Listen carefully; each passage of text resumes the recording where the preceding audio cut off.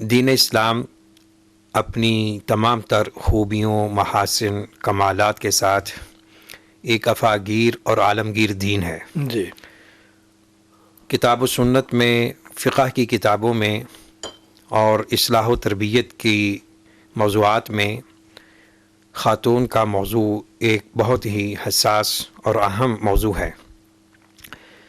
تو اس مناسبت پر میں آپ کو ہدیہ تحسین بھی پیش کرتا ہوں کہ آپ نے اس موضوع کا انتخاب کیا، تاکہ ہماری آبادی کا جو نصف یا نصف سے زائد حصہ ہے وہ اپنے متعلق آئینی شرعی طور پر آگاہ ہو، اور ہمارے جو بہت سے مسائل ہیں بالخصوص جو خواتین سے متعلق ہیں، اس کی ایک اہم وجہ یہ ہے کہ ہماری بہنیں یا بیٹیاں یہ اپنے آئینی شرعی دستوری حقوق سے نابلد ہوتی ہیں، ناواقف ہوتی ہیں، اور جو حقوق ان کو شریعت نے متعین کر دیے ہیں ان کے لیے اس طرف توجہ نہیں ہوتی، اور ایسے حقوق کا مطالبہ کیا جاتا ہے جو کہ ان کے حقوق نہیں ہوتے۔ تو اس مناسبت سے یہ ہمیں چاہیے کہ ہم قرآن و سنت کی روشنی میں اور پاکستان کے آئین اور دستور کے تناظر میں ہم اپنا جائزہ لیں بطور اصلاح اور تربیت کے۔ جی تو دین اسلام نے عورت کو ہر اعتبار سے تحفظ عطا کیا ہے، ذہنی طور پر، نفسیاتی طور پر، معاشرتی، سماجی، اخلاقی، مالیاتی طور پر۔ جو دین اسلام نے عورت کے حقوق متعین کیے ہیں اور اس کو ایک آئینی سٹیٹس دیا ہے، شاید ہی وہ کسی اور دین و ملت کا حصہ ہو۔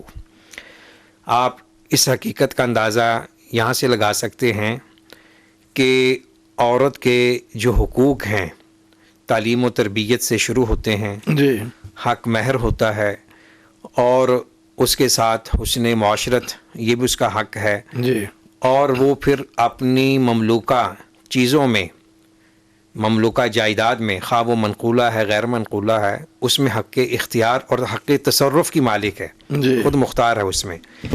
اور خاتون اسلام خواہ وہ والدہ کی شکل میں ہو، بیوی کے روپ میں ہو، جی بیٹی کے اسلوب میں ہو، اور بہن کی شکل میں ہو، وہ باعث تکریم ہے، بے شک۔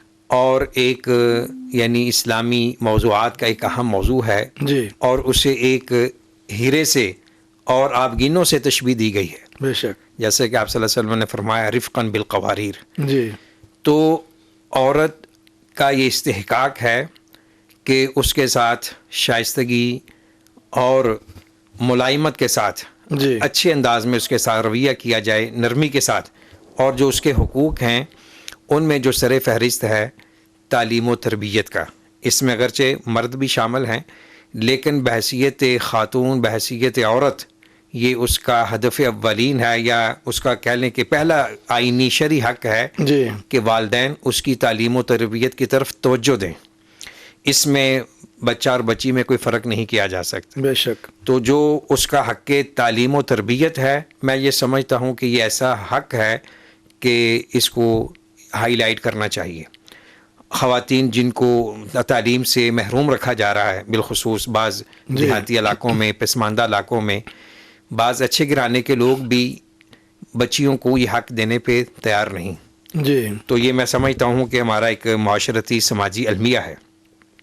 تو عورت کو تعلیم و تربیت دینا نبی اکرم صلی اللہ علیہ وسلم کے اس ارشاد کی روشنی میں ہم سمجھ سکتے ہیں کہ وہ کس قدر اہم ہے۔ جی آپ نے فرمایا کہ جو شخص دو عورتوں کی تربیت کرتا ہے، ایک حدیث میں بشیء من البنات ہے کہ جو بچیوں بیٹیوں کے حوالے سے آزمایا گیا، جی اور پھر ان کے ساتھ وہ حسن سلوک کرتا ہے، ان کو ادب سکھلاتا ہے، ان کی شادی کرتا ہے، تو میں اور وہ جنت میں اس طرح ہوں گے۔ بے شک بے شک۔ تو یہ خاتون کی جو تربیت ہے، اور یعنی پہلا حق یہ ہے کہ تعلیم و تربیت ہو، یہ اسی سے شعور ہوگا، اسی سے یہ آ گیا ادراک تو اس ہوگا۔ کو سارے حقوق کا اندازہ ہو جائے گا۔ ہاں اس جی۔ کے بعد ذرا حقوق نمبر وار بتا دیجیے، ایک پہ بات کرتے ہیں کہ اس کے بعد اس کا جو ہے کہ یعنی وہ حق مہر جب وہ شادی ہوتی ہے اس کی جی مہر اس کا حق ہے. جی اس میں بھی ہمارے جو بہت سے لوگ یعنی غفلت کا شکار ہیں. جی حق مہر یعنی یہ آپ کہہ لیں کہ جب شادی ہوتی ہے خاتون کو ایک ٹوکن بیانہ کے طور پہ رمزی چیز ہوتی ہے کہ بھئی اب اس خاتون کی جو مالی ذمہ داری ہے وہ میرے اوپر ہے، یعنی خاوند کے جی یا اس کے والدین کے. تو یہ حق مہر عورت کا مکمل اس پہ اختیار ہے، یہ اس کی ملکیت ہے. اور جو لوگ اس کو بہانوں سے معاف کرانے کی سوچ رکھتے ہیں یہ اسلامی اصولوں کے خلاف ہے، یہ نہیں ہونا چاہیے. تو وہ چاہے اپنا حق فوری وصول کر لے یا دیر کے بعد کرے یا بعد میں معاف کر دے، یہ اس کے اختیار میں ہے، لیکن یہ اس کی مملوکہ چیز ہے، بن جاتی ہے. جی. اور حدیث میں اس کو یعنی بہترین انداز میں آپ نے فرمایا کہ، اور قرآن کریم میں بھی ہے وَآتُوا النِّسَاءَ صَدُقَاتِهِنَّ نِحْلَةً. اس بارے میں میں یہ گزارش کرنا چاہوں گا کہ حق مہر دیتے ہوئے آدمی کا اطمینان قلب ہونا چاہیے، خوش دلی سے دے، طوعاً و کرہن نہیں، مجبور ہو کر نہیں. تو اتنا دے جتنا وہ دے سکتا ہے. اور اسی حق مہر ہی کی وجہ سے ایک اجنبی عورت اس کی زندگی میں آتی ہے اور ایسا رشتہ بن جاتا ہے جسے قرآن نے ہن لباس لکم وانتم لباس لہن سے تعبیر کیا ہے. تو حق مہر جو نکاح کے وقت مقرر کیا جاتا ہے، خواہ وہ معجل ہو یعنی فوری ادا کیا جائے یا معجل یا اسے لیٹ ادا کیا جائے، وہ عورت کا حق ہے. وہ کسی وقت بھی اس کو اپنے استعمال میں لا سکتی ہے. جی ڈاکٹر صاحب آپ سے مزید رہنمائی لیتے ہیں کہ شریعت نے کیا حقوق عورت کو دیے ہیں. میں ذرا حسن جاوید صاحب سے تھوڑی سی جو ملکی قوانین ہے، ہمارا جو آئین ہے، ان کے حوالے سے تھوڑی سی بات کر لیتے ہیں کہ ہمارا اپنا جو ملکی قانون ہے وہ خواتین کے حوالے سے کیا رہنمائی کرتا ہے، کیا چیزیں اس میں ہمیں ملتی ہیں؟ جی بسم اللہ الرحمن الرحیم.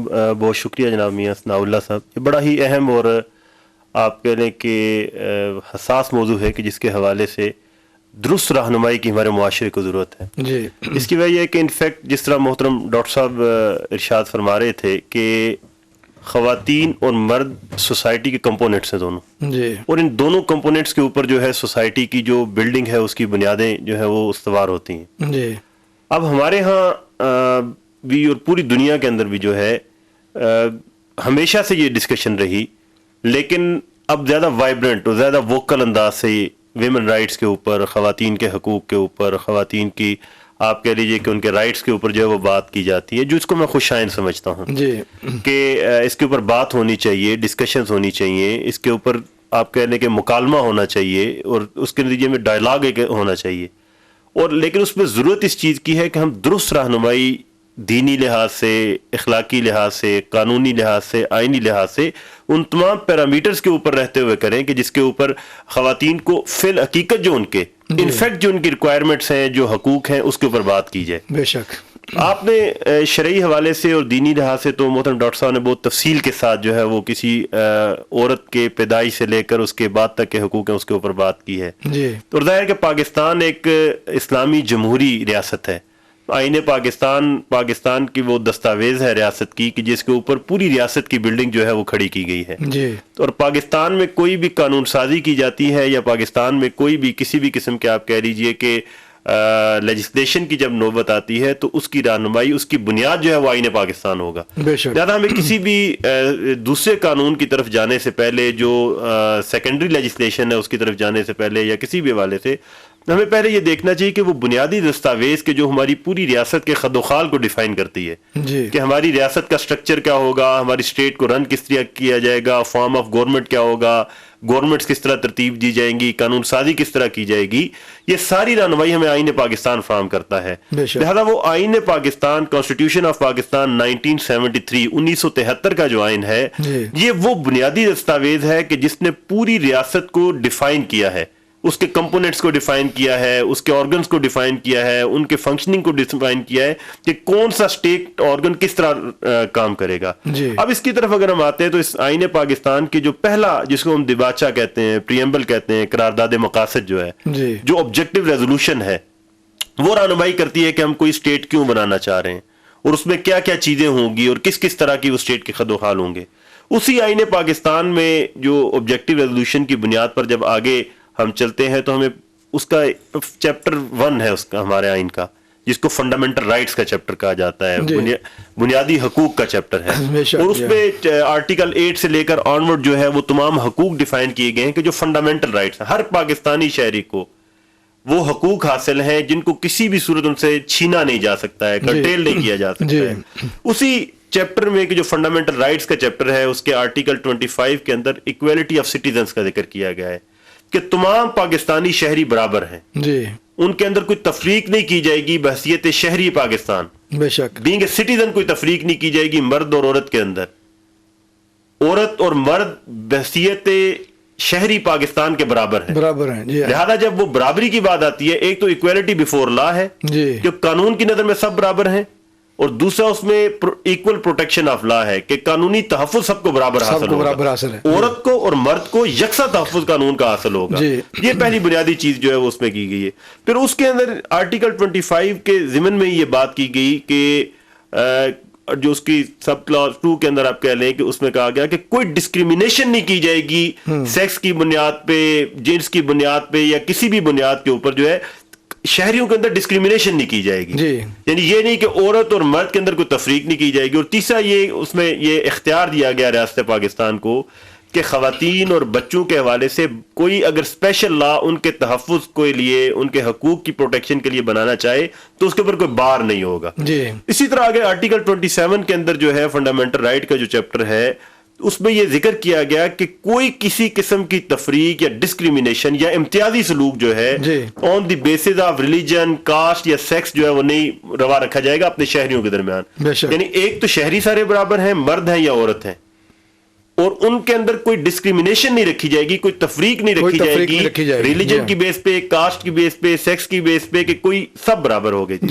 پھر اس سے اگلا چیپٹر ہم دیکھتے ہیں میاں صاحب، جس میں پرنسپل آف پالیسی ہمارے آئین نے کچھ طے کیے کہ پرنسپل آف پالیسی وہ پرنسپلز ہیں کہ جس کی بنیاد پہ ہماری اسٹیٹ کی پوری پالیسی جو ہے وہ گھومے گی، جس کے گرد جو ہے ہم کوئی بھی فیصلہ حکومت پاکستان کرتی ہے، ریاست پاکستان کرتی ہے، تو اس کے آئین پاکستان یہ کہتا ہے کہ اس کے ذہن میں وہ پرنسپل آف پالیسی جو ہے وہ رہنے چاہیے، جس میں مختلف چیزیں رکھی گئی کہ کس طرح کی گائیڈنس دی گئی۔ اس میں آرٹیکل 34، 35 اور 37 سارے یہ ریلیٹ کرتے ہیں ہمارے آج کے ٹاپک کے ساتھ۔ اس کے اندر جو ہے اس میں آرٹیکل 34 یہ کہتا ہے کہ مکمل شرکت خواتین کی قومی زندگی کے اندر اس کو میک شور کیا جائے گا، یعنی ان کی full participation in national life of the women جو ہے، ویمن کی جو فل پارٹیسپیشن ہے اس کو میک شور کرے گی ریاست پاکستان۔ لہذا ایسے کوئی حالات اگر نظر آتے ہیں ریاست پاکستان کو کہ جہاں خواتین کو یکساں مواقع تعلیم کا ہو، صحت کا ہو، ملازمت کا ہو، پیشے کے اختیار کا ہو، جو فنڈامنٹل اس میں یکساں مواقع ان کو فراہم کیے جائیں گے۔ پھر آرٹیکل 35 جو ہے وہ بڑا اہم آرٹیکل ہے، جس کے حوالے سے محترم ڈاکٹر صاحب بھی ریفرنس دے رہے تھے۔ ہمارے ہاں لوگوں کو پرابلم یہ ہے کہ جو آپ نے اپنے انٹرو کے اندر ذکر کیا نا کہ ڈیبیٹس کو مکس اپ کر دیا جاتا ہے، غلط ڈائمنشن میں ڈیبیٹس کو لے جایا جاتا ہے۔ ہمارا آئین پاکستان یہ کہتا ہے کہ جو یہ پروٹیکشن آف فیملی جو ہے یہ اسٹیٹ کی پالیسی کا محور ہوگا، کہ خاندان کا تحفظ، اور اس کے اندر پھر ذکر کیا گیا the protection of the marriage, the family, the mother and children, یعنی جو ہمارا انسٹیٹیوشن ہے فیملی کا اس کا تحفظ ریاست کی ذمہ داری ہوگی کہ ایسی قانون سازی کی جائے، ایسے حالات پیدا کیے جائیں، ایسے اس میں کیا۔ اور 37 جو ہے اس کے سب کلاس، اس میں 37E جو ہے اس میں یہ کہا گیا کہ جہاں پر لوگوں کو اپنے کام کا جو ہے اختیار ہوگا کہ وہ کام کریں، اور اس کے حوالے سے اس میں کہا گیا کہ خواتین کے حوالے سے اور بچوں کے حوالے سے جو ان کو سوٹ نہیں کرتا ہے، ریاست کی یہ ذمہ داری ہوگی کہ جو ان کے لیے سوٹیبل ورک انوائرمنٹ ہو وہ ان کو پرووائڈ کرے، ان کو وہ مواقع دے، وہ فیلڈز پرووائڈ کرے کہ ان فیلڈز میں وہ جائیں خواتین کہ جو ان کو سوٹ کرتی ہیں، جو ان کے آسانی جن کے لیے مہیا ہو۔ یہ نہیں کہ ان سے وہ کام کروائے آپ کہ جو ان کو ان کی ایج کے حساب سے، ان کی جنس کے حساب سے، اور ان کی آپ کہہ لیں کہ انوائرمنٹ کے حساب سے ان کو سوٹ ہی نہ کرتے ہوں، اور وہ معاشی مجبوریوں کی وجہ سے یا کسی بھی وجہ سے وہ کام کرنے پہ مجبور ہو جائیں۔ یہ ہماری ریاست پاکستان کی بنیادی ذمہ داری ہے، ایکسپلوٹیشن نہ ہو۔ دیکھیں بنیادی طور پر تو جمہوری معاشروں میں ماڈرن گورننس سسٹم کے اندر جو لوگوں کو ہر قسم کی استحصال سے، ایکسپلوٹیشن سے بچانا اسٹیٹ کی جی حسن جاوید صاحب، آپ نے ماشاءاللہ آئینی حوالے سے جو خواتین کے حقوق ہیں ان کو بڑی تفصیل سے بیان کیا ہے، اور میرے خیال میں جیسے محترم ڈاکٹر صاحب نے ابھی قرآن و سنت کی روشنی میں جو تذکرہ فرمایا ہے، تو ہمارا آئین پاکستان، دستور پاکستان اسی کو بیس کرتا ہے۔ اور کم و بیش وہی چیزیں اس کے اندر ہیں اور وہ اپنے حالات اور ضرورت کے مطابق ان کو الفاظ کے اندر ڈالا گیا ہے. لیکن قرآن مجید فرقان حمید بھی مرد اور عورت کی بحیثیت ان کی تخلیق کے، ان کے اعمال کے، عبادات کے، اللہ کے ہاں مقام و مرتبہ کے کہیں کوئی فرق نہیں رکھتا. یعنی اگر کوئی فرق رکھا بھی ہے تو مرد کی ذمہ داریوں کا رکھا ہے کہ وہ زیادہ ذمہ دار ہے، قوام ہے، اس کی رسپانسبلٹی زیادہ ہیں، کما کے لاتا ہے، گھر کا تحفظ اس کے ذمہ ہے، بیوی بچوں کا تحفظ اس کے ذمہ ہے. ادروائز ایک خاتون روزے دار ہے، مرد روزے دار ہے، ایک خاتون نماز پڑھنے والی ہے، مرد نماز پڑھنے والا ہے، دونوں نیک اور متقی، اللہ کے یہاں دونوں کا مقام مرتبہ برابر ہے. ناظرین وقت ہے چھوٹے سے وقفے کا، وقفے کے بعد پھر حاضر ہوتے ہیں، ہمارے ساتھ رہیے گا.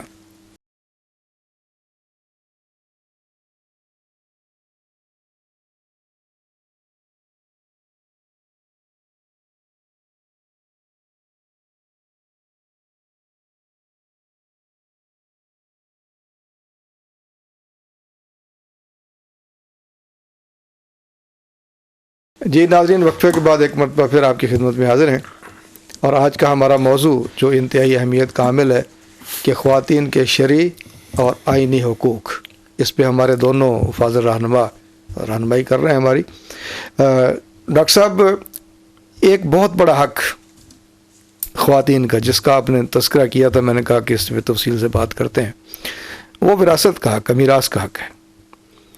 اور تعلیم و تربیت کے بعد اگر دوسرا بڑا حق کہہ لیجئے، یعنی حق مہر بھی اس کا ایک حصہ ہے، لیکن وراثت اس سے ذرا مختلف ہو جاتی ہے کہ جس کو اللہ تعالیٰ نے اپنی حدود قرار دیا. تو ہمارے معاشرے میں بدقسمتی سے یہ جو شرعی حق ہے عورت کا، میراث کا، وراثت کا، اس کو نہیں دیا جاتا، اور اس کے متبادل ہم کہتے ہیں کہ ہم نے جہیز دے دیا تھا، ہم نے فلاں تحفہ دے دیا تھا، فلاں پیسے دے دیے تھے، فلاں دے دیے تھے، اور بچیاں بھی بیچاری جو ہیں وہ مجبور ہوتی ہیں. کیا کہیں گے اس کے حوالے سے آپ؟ بہت اچھا آپ نے سوال اٹھایا، اور میں یہ سمجھتا ہوں کہ اس وقت یعنی خواتین کے حلقوں میں اس بات کو پروموٹ کرنے کی ضرورت ہے، اس چیز کو. جی. اور اس سے پہلے میں آپ کو ایک تھوڑا سا مثال کے طور پہ پیش کرنا چاہوں گا کہ چند دن پہلے ایوان صدر میں عورت کے وراثتی حقوق کے بارے ایک پروگرام بھی تھا. جی. ایکٹ بنے نئے پاکستان میں نا خواتین کے تحفظ کے لیے. جی جی. تو اس میں اویئرنیس سرمنی تھی. جی. تو صدر پاکستان نے بڑے یعنی اچھے انداز میں وہاں خطاب کیا اور کہا کہ ہم چاہتے ہیں کہ ممبر و محراب سے، میڈیا سے اویئرنیس ہو خواتین میں. جی. جو ہمارے آئین پاکستان میں ان کے ملکیتی اور وراثتی حقوق ہیں نا، وہی قرآن کریم میں بھی ہے، کوئی کلیش نہیں ہے. جی. المیہ یہ ہے کہ اس پہ عمل نہیں ہوتا. سورۃ النساء ہی میں اللہ رب العزت کا ارشاد گرامی ہے، جی. للرجال نصیب مما ترک الوالدان والاقربون وللنساء نصیب مما ترک الوالدان والاقربون مما قل منه او کثر نصیبا مفروضا. بڑی جامع آیت، واضح ہے کہ جو رشتہ دار یعنی فوت ہونے والے چھوڑ کے جائیں اپنے ترکہ، وہ زیادہ ہے یا کم ہے، جی. اس میں مردوں کا بھی حصہ ہے، خواتین کا بھی ہے. جی. اگلی آیت میں ان کے حقوق متعین ہو چکے ہیں. تو یہ ایک جامع آیت ہے جو عورت کو حق وراثت عطا کر رہی ہے. جی. اور فرمایا نصیبا مفروضہ، یہ طے شدہ حصہ ہے، اس میں کمی بیشی نہیں ہو سکتی. جی. یہ میں سمجھتا ہوں کہ غلط پروپوگنڈا ہے، منفی تاثر ہوتا ہے کہ عورت کو مرد کے مقابلے میں کم حصہ دیا گیا ہے. جی. حالانکہ ایسی چیز نہیں ہے. بے شک اس میں یعنی رشتہ داری کو دیکھا گیا ہے. اور یہ آپ ذہن میں رکھیں کہ خواتین کے حقوق میں سے ایک حق یہ بھی ہے کہ نان و نفقہ، جی. یعنی خاتون پہ خرچ کرنا بالخصوص شادی کے بعد اس کے شوہر کی ذمہ داری ہے. جی. شادی سے پہلے والدین کی ذمہ داری ہے، جی. یا بھائیوں کی ذمہ داری ہے. جی. اور عورت پر یہ لازم نہیں ہے کہ وہ گھر کے اخراجات کو چلائے. بے شک. اسی سے ہم جو ہمارے بعض مغربی تہذیب کے دل دادا ہیں، ان کی دوغلی پالیسی سامنے آتی ہے. جی. آج وہ عورت سے مشین کا کام بھی لینا چاہتے ہیں، جی. اور جو اس کو بحثیت عورت وہ بھی کام لینا چاہتے ہیں. جی. وہ کہتے ہیں عورت کما کے بھی لائے، بچے بھی پیدا کرے، جی. گھر کو بھی سنبھالے. یہ میں سمجھتا ہوں کہ عورت کے ساتھ زیادتی ہے. جی. گھر کے جو خراجات ہیں ٹوٹلی اس کی ذمہ داری خاوند پر ہے. خاوند پر ہے. جی. یہاں تک کہ اگر عورت مالدار بھی ہے تب بھی جی وہ یہ الگ بات ہے کہ وہ خوش دلی سے جتنا چاہے خرچ کرے، وہ احسان ہے اگر شوہر پہ خرچ احسان کرتی ہے، ہے. جی تو وہ عورت چاروں طرف سے لے رہی ہے جی ہمارے دین اسلام میں، اس کو مل رہا ہے، جی ماں کی حیثیت سے، بہن کی حیثیت سے، زوجہ کی حیثیت سے، بیٹی کی حیثیت وہ لے رہی ہے، جی خرچ کہیں نہیں کر رہی. جی جی اب آپ اندازہ کر لیں، مثلا یہ دیت کا مسئلے میں بھی اٹھاتے ہیں جی جی کہ یہ اس سے ناانصافی ہوتی ہے، حالانکہ نہیں. ہوں جب عورت کو دیت ملے گی مرد کی، جی جی عورت کو فائدہ ہوگا نا. جی تو یہ دیکھا جاتا ہے کہ عورت کے ذمے کیا ہے، ذمہ داری اس کی کچھ نہیں ہے خرچ کے اعتبار سے. جی جی تو یہ اس کا جو وراثتی حق ہے، اس بارے میں ہمارے مسلمانوں میں یہ بات کلیئر ہونی چاہیے کہ یہ اسی اللہ کی طرف سے حق ادا کرتا ہے، فرض کردہ ہے، جس کے لیے ہم نمازیں پڑھتے ہیں، جی روزے رکھتے ہیں، نظر و نیاز کرتے ہیں. جی جی اسی اللہ نے اس خاتون کے حقوق کو مقرر کیا ہے. مقرر کیا جی اور یہ بڑی افسوس کے ساتھ کہنا پڑتا ہے کہ ہمارے دیندار گھرانوں میں عورت کو ہیلوں بہانوں سے محروم کر دیا جاتا ہے. جیسا کہ ابھی آپ نے بتایا کہ جی وراثت میں وہ کہتے ہیں جہیز میں دے دیا، گفٹ دے دیا. جی جی پھر یعنی جب وہ حق وراثت کی تقسیم کا مسئلہ آتا ہے جی تو جو دوسرے افراد ہوتے ہیں مرد حضرات، وہ بس کہہ دیتے ہیں کہ معاف کروا لیتے ہیں ہیلوں بہانوں سے. وہ بیچاری شرم و حیا میں کہہ دیتی ہے ٹھیک ہے میں نے جی کچھ نہیں لینا. بالکل اس میں فقہا نے یہ لکھا ہے کہ ہونا یہ چاہیے کہ جو اس کا حق وراثت ہے جی جی اس کے ہاتھ میں دے دیا جائے.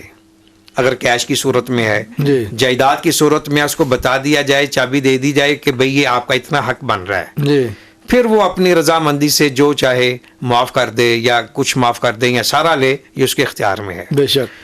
اور یہ خاتون کو حق کے وراثت سے محروم رکھنا یہ گناہ کبیرہ ہے. گناہ کبیرہ ہے. جی خواہ وہ یعنی صراحتاً ہو یا اشاراتاً ہو جی یا ہیلوں بہانوں سے ہو.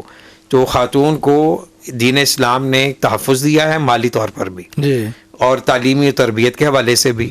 تو یہ خاتون کی ضرورت ہے. جی اور وہ جب چاہے، یعنی اس میں اہل علم کا اختلاف ہے کیا وہ اپنے مملوکہ چیزوں میں خرچ کرنے کے لیے شوہر کی اجازت چاہیے اسے یا نہیں. جی تو بہرکیف اس میں جو راہ اعتدال وہ یہ ہے کہ وہ اپنے خامند کو اعتماد میں لے کے جی جتنا چاہے جہاں چاہے یعنی خیر کے مصارف میں خرچ کر سکتی خرچ کر سکتی ہے. جی یہ اس کو اختیار ہے. جی جی ڈاکٹر صاحب آپ نے بڑی اچھی بات کی ہے کہ اصل تو حق خاتون کا وہ ہے جو میراث ہے، جی اور اس کو اللہ نے اپنی حدود قرار دیا ہے. تلک حدود اللہ، ان حدود کو ہم پامال کر دیتے ہیں.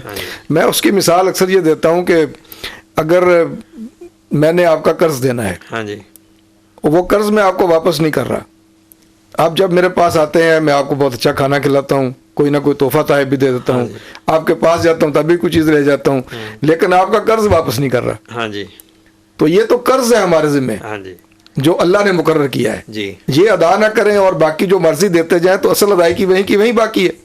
اور دوسری بات یہ کہ میں ان تمام اپنے خاص طور پہ مسلمان بہنوں سے بھائیوں سے یہ گزارش کروں گا کہ جو لوگ اللہ کی تقسیم پر اعتراض اٹھاتے ہیں ان کو اپنا مقام ڈھونڈنا چاہیے، دنیا کے اندر بھی اور آخرت کے اندر بھی، کہ یہ تقسیم میری اور آپ کی نہیں ہے، بالکل یہ تقسیم اللہ رب العالمین نے کی ہے، اور اس کا نفاذ خاتم النبیین محمد کریم سید المرسلین سید الاولین والآخرین نے کیا ہے. اگر ہم اس پر جزبز ہوتے ہیں تو پھر ہمیں مسلمان کہلوانے کا کوئی حق نہیں ہے، اور پھر ہمیں اپنی دنیا اور عاقبت دونوں کے بارے میں فکر مند ہونا چاہیے. میاں صاحب آپ کی اجازت سے نا تھوڑا سا میں یہاں ایک واقعاتی جو ہمارا رویہ نا عملی وہ پیش یہ ایک جملے میں تاکہ میں اشارہ کرنا چاہوں گا. جی یعنی عموماً ہمارے کلچر میں معاشرے میں کیا ہے کہ ہم بہنوں بیٹیوں کے گھروں سے کھانا تک پسند نہیں کرتے. جی یعنی ایک یعنی کہہ لیں کہ معاشرتی جو کہ شرعی مسئلہ نہیں ہے ہاں جی ہاں جی لیکن یعنی ان کے گھر کھانا کھانے سے تو ہم اوائڈ کرتے ہیں لیکن لاکھوں کروڑوں کی جائیداد ہڑپ کر جاتے ہیں اس کا کوئی پتہ ہی نہیں، وہ ان کو نہیں دیتے. جی حسن جاوید صاحب ابھی آپ نے تذکرہ کیا تھا کہ ہمارا جو آئین ہے اس کی بنیادوں کے حوالے سے کہ اس میں مزید آئین سازی کے بارے میں بھی رہنمائی ہمیں ملتی ہے، اور یہ بتائیں گے کہ کچھ قانون سازی یا آئین سازی جس کو ہم کہتے ہیں جس میں کوئی امینڈمنٹس آئی ہوں یا نئی کی گئی ہو، خاص طور پہ خواتین کے بارے میں؟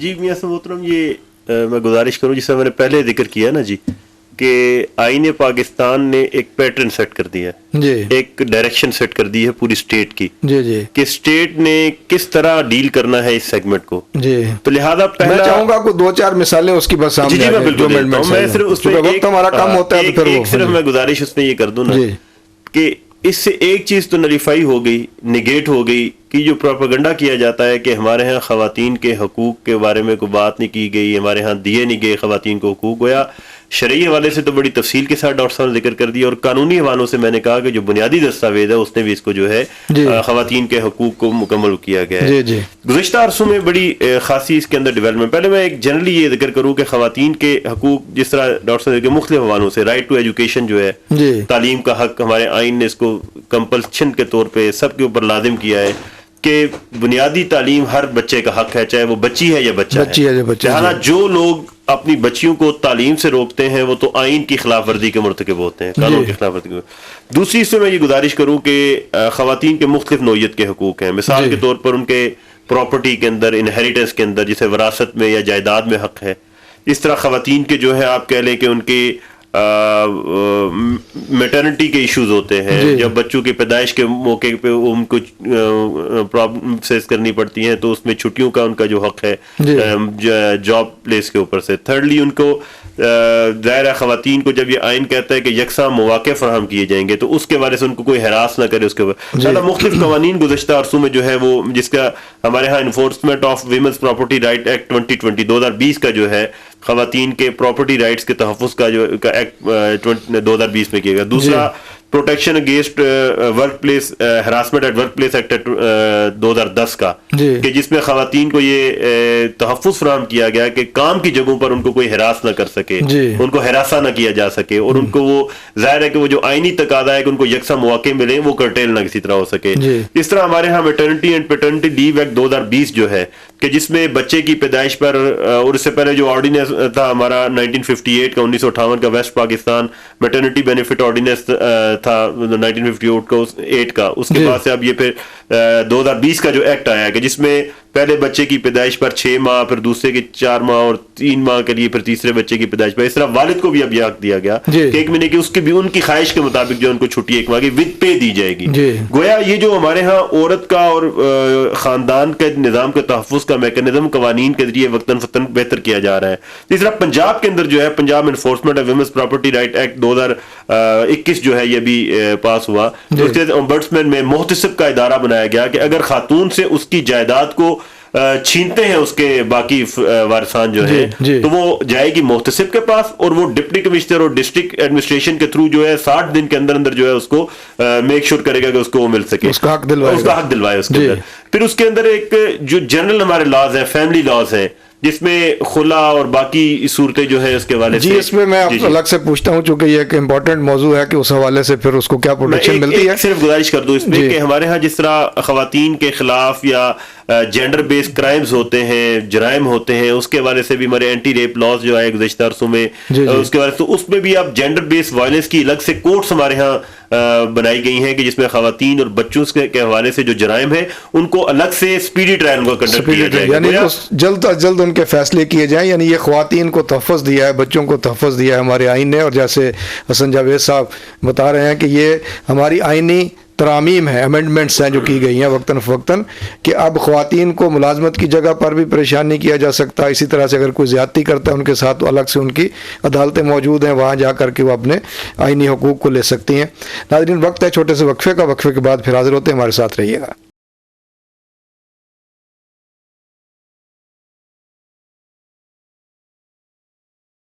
جی ناظرین وقفے کے بعد ایک مرتبہ پھر آپ کی خدمت میں حاضر ہیں، اور آج کا ہمارا موضوع بہت ہی اہمیت کا حامل ہے، خواتین کے شرعی اور آئینی حقوق.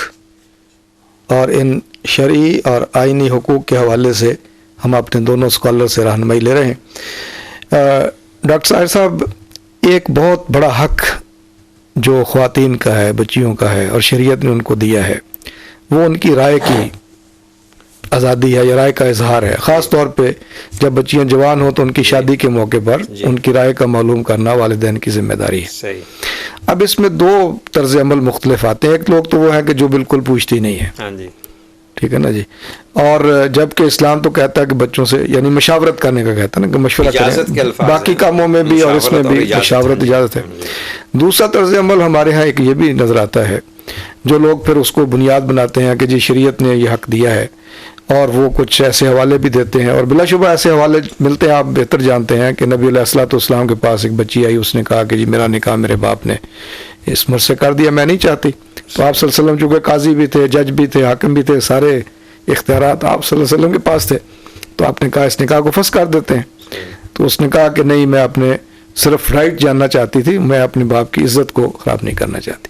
لیکن یہ جو کلچر اس آڑ میں ہمارے ہاں ڈیولپ ہو رہا ہے جی، کہ جناب بچہ بچی خود کہیں کہ جی ہم نے فیصلہ کر لیا ہے، والدین کو پھر مجبور کریں، اگر وہ نہیں مانے تو کہیں کہ جی ہم خود جا کے نکاح کر لیں گے۔ یعنی کیا اس رائے کی آزادی کے باوجود کوئی ایسا واقعہ ہمیں ملتا ہے عہد نبی صلی اللہ علیہ وسلم میں یا خلافت راشدہ کے عہد میں کہ کسی بچے بچی نے آپس میں بات چیت کر لی ہو اور اس کے بعد والدین سے بات کیے بغیر وہ قاضی کے پاس چلے گئے ہوں یا نبی علیہ الصلوۃ والسلام کے پاس آ گئے ہوں کہ جی آپ ہمارا نکاح پڑھا دیجیے، ہم شادی کرنا چاہتے ہیں؟ محترم میاں صاحب، یہ ہمارا معاشرے کا سلگتا ہوا ایک موضوع ہے، جی، اور المیہ یہ ہے کہ اس معاملے میں والدین اور اولاد بالخصوص بچیاں جی، افراط و تفرید کا شکار ہیں، جبکہ احادیث کی روشنی میں یہ عورت کا شرعی حق ہے کہ جی، نکاح کے وقت، نکاح سے پہلے اگر بیوہ ہے، مطلقہ ہے، اس سے مشاورت ہو، جی، اور اگر کنواری ہے اس سے اجازت لی جائے، جی، پوچھا جائے، جی، و اس کی جو اجازت ہے اس کی خاموشی ہے، جی، تو یہ اس کا رائٹ ہے۔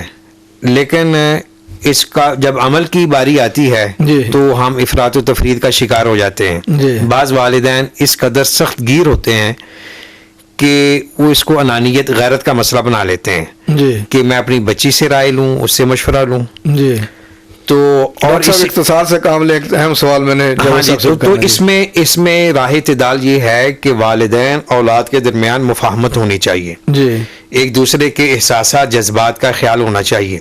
والدین کی ذمہ داری ہے کہ وہ بچی سے پوچھ لیں جی، کہ ہم آپ کا اس فیملی میں اس لڑکے کے ساتھ نکاح کرنے جا رہے ہیں، آپ کو کوئی اعتراض تو نہیں، آپ کی طرف سے اجازت ہے، ایگری ہیں آپ؟ جی، مشاورت میں شامل کرنا چاہیے۔ جی، اور اس طرح جو بعض بچیاں یعنی ہماری مغربی تہذیب سے متاثر ہو جاتی ہیں اور شیطانی ہتھ کنڈوں میں آ جاتی ہیں اور بغیر والدین کی اجازت اور ان کی مشاورت کے جی، شادی کرنے چل پڑتی ہیں، یہ غلط ہے، یہ نکاح جائز نہیں ہے۔ جی، واضح حدیث ہے کہ ولی کی اجازت کے بغیر نکاح باطل ہے، جی، 3 دفعہ آپ نے فرمایا۔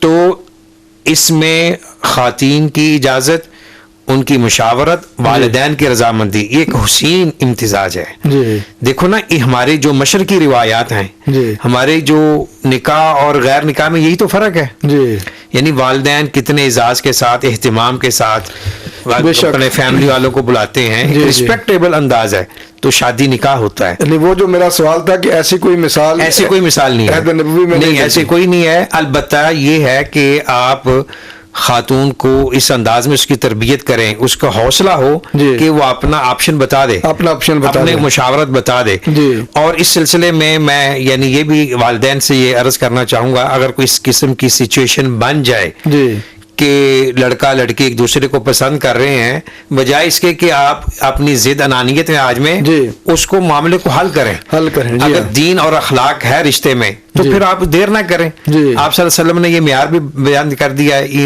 اذا اتاکم من ترضون خلقہ ودینہ فزوجوہ جی، والا تکن فتنۃ جی، وفساد عریض، جی، تکن فتنۃ فی الارض وفساد عریض۔ اس کا مفہوم یہ ہے، جب دین اور اخلاق والا رشتہ آ جائے جی، تو آپ شادی کر دیا کرو، نہیں کرو گے فتنہ فساد ہوگا، فساد پھیلے گا، جیسا کہ آج کل ہو رہا ہے. جی جی. تو دین اور اخلاق کو یہ میرٹ بنانا چاہیے، باقی جو چیزیں ہیں وہ سب بات کی ہیں. وہ ثانوی چیزیں ساری. اور اسی طرح بچیوں کو بھی چاہیے کہ وہ اپنے خاندان والدین کی عزت کو سامنے رکھیں. جی. یہ نہ ہو کہ وہ اپنے جذبات میں آ کر ایسا فیصلہ کر بیٹھیں کہ جو ان کے والدین کے لیے بھی باعث ندامت ہو، فیملی کے لیے. جی ڈاکٹر صاحب، آپ نے بڑی اعتدال کی راہ بتائی ہے کہ دونوں کو سمجھنا چاہیے معاملے کو، والدین کو بچوں کو مشاورت میں شریک کرنا چاہیے، ان کی رائے لینی چاہیے، اور بچوں کو اپنے فیصلے از خود کر کے والدین پر مسلط نہیں کرنے چاہیے. جی. ان کا احترام اور عزت و توقیر یہ ہماری شریعت بھی سکھاتی ہے اور ہماری معاشرت بھی سکھاتی ہے، ہماری اپنی روایات بھی، ثقافت بھی سکھاتی ہے.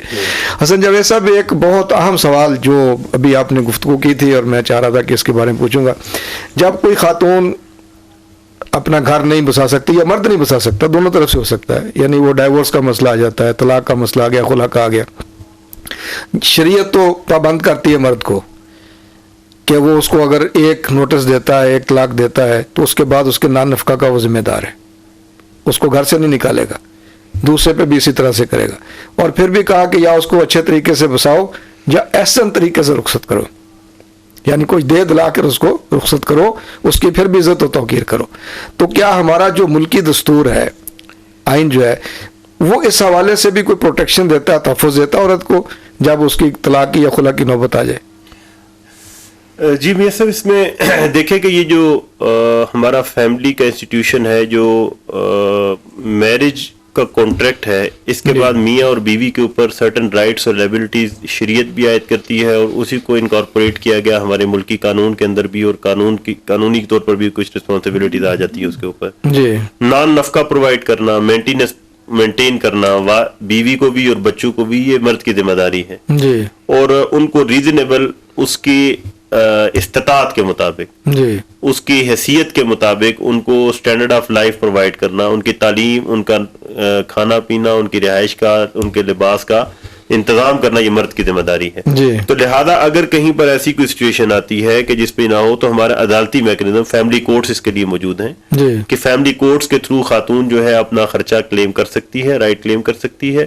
اور سیپریشن کی صورت میں اگر میاں بیوی کے درمیان خلا ہو جاتی ہے یا طلاق ہو جاتی ہے، تو اس صورت میں بھی خاتون جو ہے وہ فیملی کورٹ سے رجوع کر سکتی ہے کہ اگر مرد نے اس کا جو ہے وہ نہ اس کو مینٹیننس کو پے کی ہو، یا بچے کی مینٹیننس کے لیے خاتون کورٹ میں جا سکتی ہے کہ والد بچے کو آفٹر ڈائیورس یا سیپریشن یا خلا کی صورت میں بھی میاں بیوی الگ رہ رہے ہیں، کسٹڈی اگر ماں کے پاس ہے تو بچے بھی نابالغ ہیں، تو اس میں ذمہ داری ہے والد کی کہ ان کو مینٹین کرتا رہے گا اپنی حیثیت کے مطابق. اور فیملی کورٹس اس مقصد کے لیے فیملی کورٹ ایکٹ کے جو ہے وہ یہاں بنائی گئی ہیں، اور جس کے اندر جس میں وہ جا سکتے ہیں.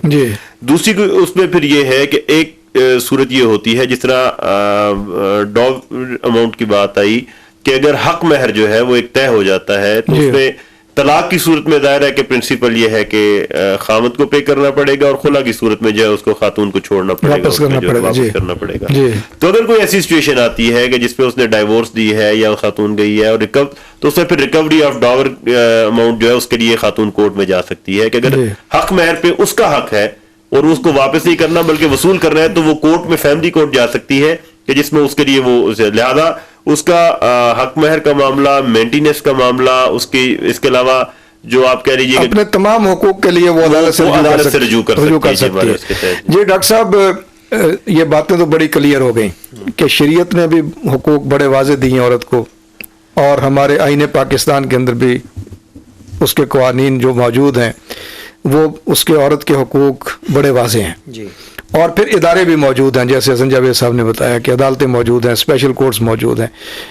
تو آپ اس حوالے سے کیا رہنمائی کریں گے ہماری بچیوں کی، بیٹیوں کی، بہنوں کی، کہ کیا ان حقوق کو حاصل کرنے کے لیے، کہ جن کے بارے میں وہ خود جانتی بھی نہیں ہے کہ یہ ہمارے حقوق ہیں بھی کہ نہیں ہیں، اگر وہ ہیں واقعتاً اور ان کو محروم رکھا جا رہا ہے، معاشرہ رکھتا ہے، ایسے کر رہا ہے، تو ان اداروں کی طرف رجوع کرنا چاہیے اپنے مسائل کے لیے، یا پھر اکٹھے ہو کر کے سڑکوں پہ نکل آنا چاہیے؟ کیا رہنمائی کریں گے اس میں؟ بڑا اچھا آپ نے سوال اٹھایا.